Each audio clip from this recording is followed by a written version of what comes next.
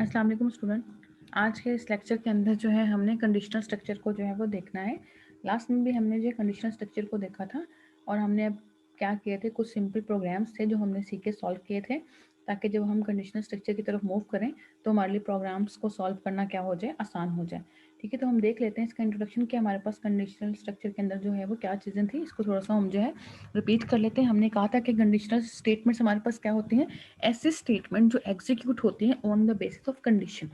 ठीक है, अब उसमें होता क्या है कि हमारे पास क्या होती है, कुछ कंडीशन होती हैं, उन कंडीशंस की बेसिस के ऊपर हमारे पास क्या होती हैं, जो हमारे पास स्टेटमेंट्स होती हैं या ब्लॉक ऑफ स्टेटमेंट होती हैं, वो क्या होती हैं, एग्जीक्यूट होती हैं। ठीक है, इसमें होता क्या है कि अगर हमारे पास जो गिवन कंडीशन होती है वो ट्रू हो जाती है तो हमारे पास क्या होंगे, स्टेटमेंट या सेट ऑफ स्टेटमेंट जो है वो क्या हो जाती हैं, एग्जीक्यूट हो जाती हैं। ठीक है, अगर वो स्टेटमेंट हमारे पास क्या होती है, ट्रू नहीं होती है, फॉल्स होती है, तो हमारे पास क्या होती है, जो बॉडी हो जाती है वो क्या हो जाती है, स्किप हो जाती है।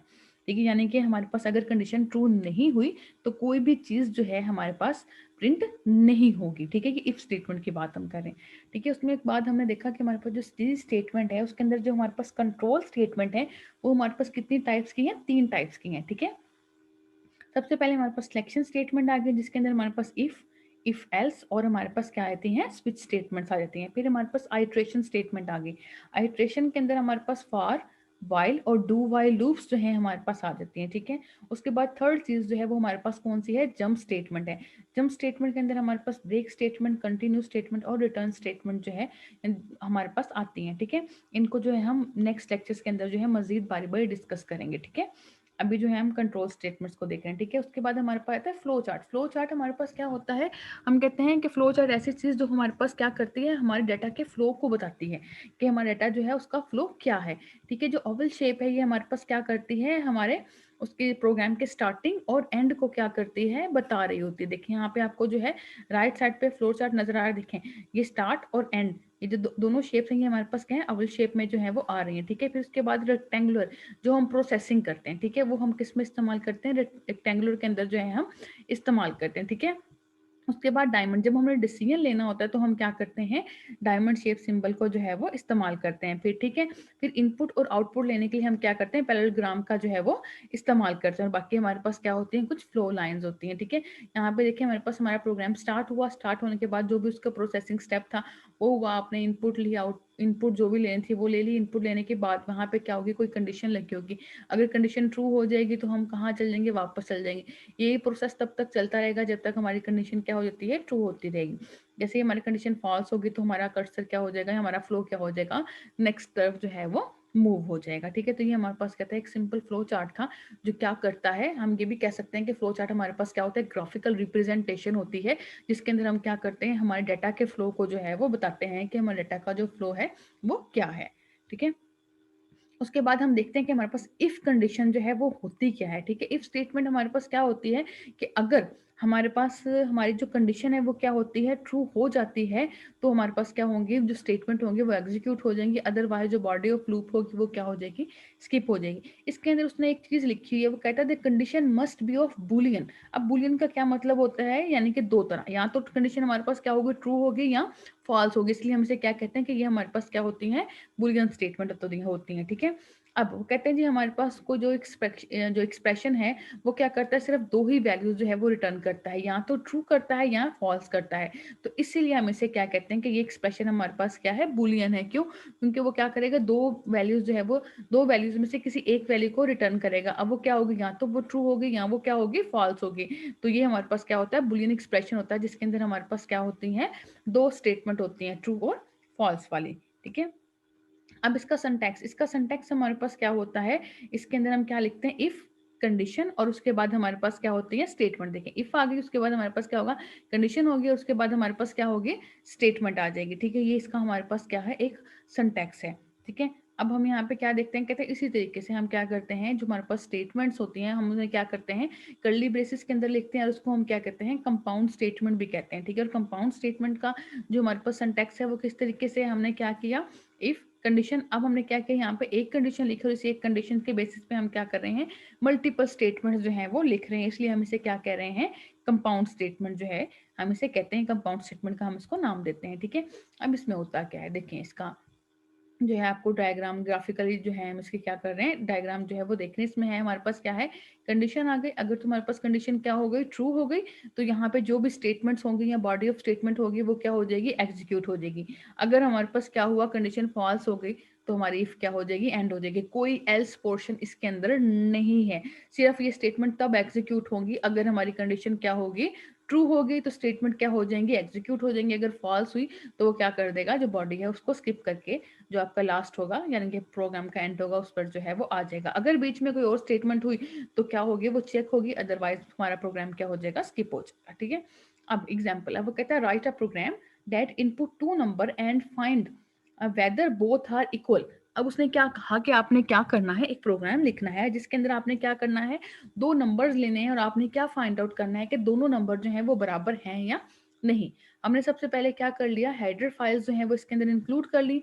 हेडर फाइल इंक्लूड करने के बाद हमने मेन फंक्शन ऐड किया, स्क्रीन को क्लियर भी कर लिया। अब हमने क्या किया, यहाँ पे दो नंबर ले लिए, इंट ए और बी। हमने यूजर से क्या कहा कि यूजर क्या करेगा, ये नंबर हमें देगा, इसलिए हमने क्या लिखा, सी आउट, कि पहले वो क्या करे, ए की वैल्यू एंटर करे, बाद में वो क्या करे, बी की वैल्यू जो है वो एंटर करवाए। अब ए और बी के अंदर हमारे पास क्या है, वैल्यू आ गई है। अब हमने यहाँ पे क्या कर दी है, कंडीशन लगा दी है। कंडीशन क्या लगा दी कि if A is equal to B, कि अगर ए क्या है बी के बराबर है तो क्या प्रिंट हो जाए, बोथ नंबर आर इक्वल। तो हमारे पास क्या चीज प्रिंट हो जाए कि दोनों नंबर क्या है, बराबर है, और हमारा प्रोग्राम क्या हो गया, क्लोज हो गया। देखिए हमने बात की थी सिर्फ इफ स्टेटमेंट की बात कर रहे थे, अभी एल्स की बात नहीं हुई। अब वो बात जो आपको मैं कह रही थी कि अगर ये स्टेटमेंट हमारे पास क्या हो जाती है, ट्रू होती है, तो क्या होगा, ये स्टेटमेंट जो है वो एग्जीक्यूट हो जाएगी। अगर ये स्टेटमेंट हमारे पास क्या होती है, फॉल्स होती है, तो आपको स्क्रीन के ऊपर कोई भी आउटपुट जो है वो नजर नहीं आएगी। क्यों नजर नहीं आएगी, ये हमारे पास क्या होगी, फॉल्स हो गई। फॉल्स होने के बाद ये बॉडी क्या हो जाएगी, स्किप हो जाएगी, और उसके बाद प्रिंट करवाने के लिए हमारे पास स्क्रीन पे कोई भी स्टेटमेंट जो है वो यहाँ पे मौजूद नहीं है। तो इसका हमारे पास ये ड्रॉबैक है कि अगर कंडीशन फॉल्स होती है तो हमारे पास कोई रिजल्ट जो है वो स्क्रीन पर डिस्प्ले नहीं होता। अब इसकी आउटपुट हमारे पास क्या आएगी, आउटपुट क्या आएगी कि देखिए हमने ए में भी जो है वो 15 एंटर कर दिया, बी में भी 15 एंटर कर दिया, और नंबर हमारे पास क्या आ गए, इक्वल आ गए। अगर हम यहाँ पे किसी एक भी वैल्यू में 10, 11, 12 यानी कि 15 से कम वैल्यू रखते तो हमारे पास स्क्रीन के ऊपर कोई भी आउटपुट जो है वो नहीं आती। क्यों, क्योंकि हमारी कंडीशन क्या हो गई थी, यहाँ पे फॉल्स हो गई थी। ठीक है। अब हम क्या करते हैं, इफ एल्स कंडीशंस को देख लेते हैं कि इफ एल्स कंडीशन हमारे पास क्या होती है। देखिए ये हमारे पास क्या होता है, इसके अंदर हमारे पास हम ये कहते हैं डबल ब्लॉक कंडीशंस। ठीक है। अब होता क्या है कि अगर हमारी कंडीशन क्या होती है, ट्रू होती है, तो उसके वहां पे क्या होता है, कुछ सेट ऑफ स्टेटमेंट या एक स्टेटमेंट लिखी होती है वो एग्जीक्यूट होती है। अगर फॉल्स होती है तो एल्स वाला पोर्शन हमारे पास क्या हो जाता है, एग्जीक्यूट हो जाता है। यानी कि हम यहाँ पे कह सकते हैं कि इस कंडीशन के अंदर, इस स्ट्रक्चर के अंदर हमारे पास क्या होगी, कोई ना कोई आउटपुट जो है वो लाजमी स्क्रीन के ऊपर डिस्प्ले होगी। ठीक है, ट्रू की सूरत में भी और फॉल्स की सूरत में। जबकि अगर इफ स्ट्रक्चर की बात करते तो उसमें हमारे पास सिर्फ ट्रू की सूरत में जो रिजल्ट था वो क्या था, डिस्प्ले हो रहा था। अगर कंडीशन फॉल्स होती थी तो हमारे पास कोई भी रिजल्ट जो है वो डिस्प्ले नहीं हो रहा था। ठीक है। अब इसके अंदर हमारे पास क्या होती है, कुछ गिवन कंडीशंस दी होती हैं। वही बात की, अगर कंडीशन ट्रू हो गई तो ट्रू वाला पार्ट जो है एग्जीक्यूट हो जाता है। अगर क्या होती है, फॉल्स होती है, तो फॉल्स वाला पार्ट जो है वो क्या हो जाता है, एग्जीक्यूट हो जाता है। ठीक है। अब इसका जो सिंटैक्स है वो हमारे पास क्या होता है, इफ हम यहाँ पे क्या करते हैं, अपना जो भी एक्सप्रेशन यानी कि कंडीशन है हम वो लिखेंगे। उसके बाद हम यहाँ पे क्या लिखेंगे, जो भी हमारी स्टेटमेंट होगी या सेट ऑफ स्टेटमेंट होगी हम यहाँ पे लिख देंगे। फिर हम क्या करेंगे, एल्स पार्ट देखेंगे, और उसके बाद हम क्या करेंगे, जो हमारी फर्दर स्टेटमेंट है वो लिख देंगे। अब वो यहाँ पे क्या करें, दो या दो से ज्यादा स्टेटमेंट भी हम लिख सकते हैं। अब कैसे, अगर फॉर एग्जाम्पल हम कहते हैं कि ये कंडीशन हमारी क्या हो जाए, ट्रू हो जाए, तो उसके बाद हमारे पास क्या हो सकती है, एक स्टेटमेंट, दो स्टेटमेंट, तीन स्टेटमेंट भी जो है वो क्या हो सकती हैं, एग्जीक्यूट हो सकती हैं। तो उसके लिए हम यहाँ पे, अगर हमारे पास ये एक स्टेटमेंट नहीं है, दो से तीन स्टेटमेंट है, तो उससे पहले और इसके लास्ट में हम क्या कर देंगे, कर्ली ब्रेसेस का क्या करेंगे, इस्तेमाल करेंगे। और उसके अंदर हम क्या करेंगे, हमारे वो जो कंपाउंड स्टेटमेंट है हम क्या कर देंगे, वो लिख देंगे। सेम इसी तरीके से हम क्या करेंगे, एल्स वाले पोर्शन के अंदर भी काम करेंगे कि अगर आपकी स्टेटमेंट क्या है, मोर देन वन है, तो उसमें हम क्या करेंगे, कर्ली ब्रेसेस का इस्तेमाल करेंगे और वो स्टेटमेंट जो है वो यहाँ पे लिख देंगे। ठीक है। अब यहाँ पे देखेंगे, जिस तरह यहाँ पे हमने लिखा हुआ है, इफ हमने यहाँ पे क्या किया, इफ कंडीशन आ गई, और कंडीशन के बाद हमने statement one, statement two, up to statement आने, यानी कि जितनी भी हमारी स्टेटमेंट होंगी वो हम यहाँ पे लिख देंगे। उसके बाद हमारे पास क्या आ जाएगा, एल्स वाला पोर्शन आ जाएगा। अगर एल्स वाले पोर्शन के अंदर भी हमारे पास मल्टीपल स्टेटमेंट है तो उनको जो है हम विद इन कर्ली ब्रेसेस जो है वो इस तरीके से जो है वो लिख सकते हैं।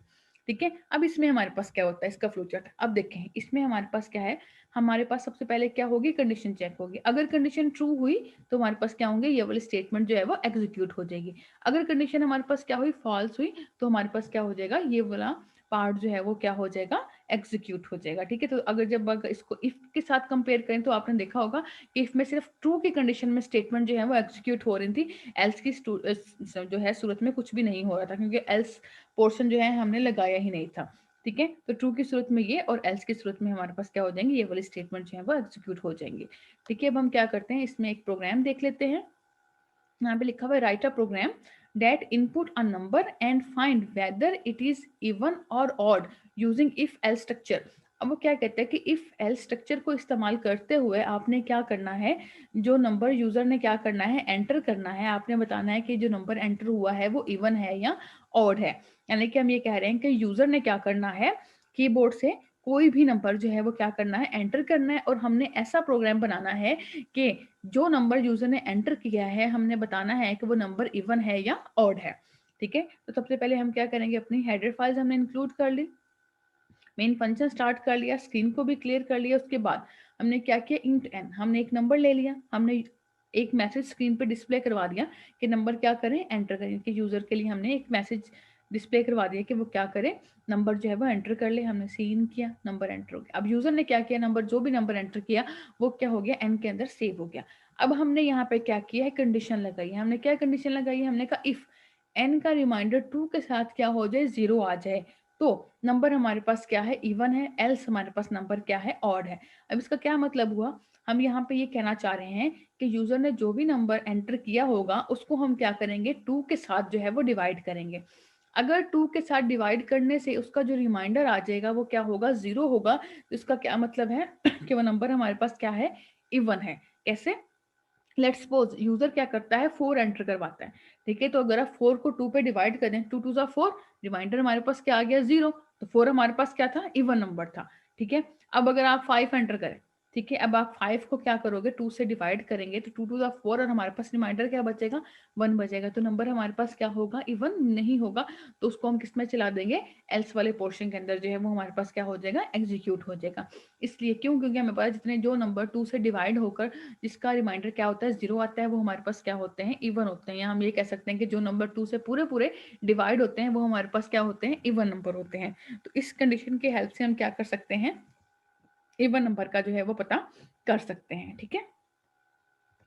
अब देखें अब इसकी आउटपुट क्या आएगी। हमने क्या एंटर किया, यूजर ने 10 एंटर किया, तो 10 हमारे पास क्या है, इवन नंबर है। अब अगर यूजर यहाँ पे क्या करता, 9 एंटर करता, तो हमारे पास आउटपुट क्या आती कि 9 क्या होता, हमारे पास ऑड नंबर होता। ठीक है। तो अब आज जो है हमने इफ स्टेटमेंट और इफ एल्स देखा है। कल हम जो है नेक्स्ट लेक्चर के अंदर हम जो है इफ एल्स स्टेटमेंट और जो है हमारे पास नेस्टेड इफ और स्विच स्टेटमेंट को देखेंगे कि वो हमारे पास जो है वो क्या होती है। ठीक है। Thank you. Allah Hafiz.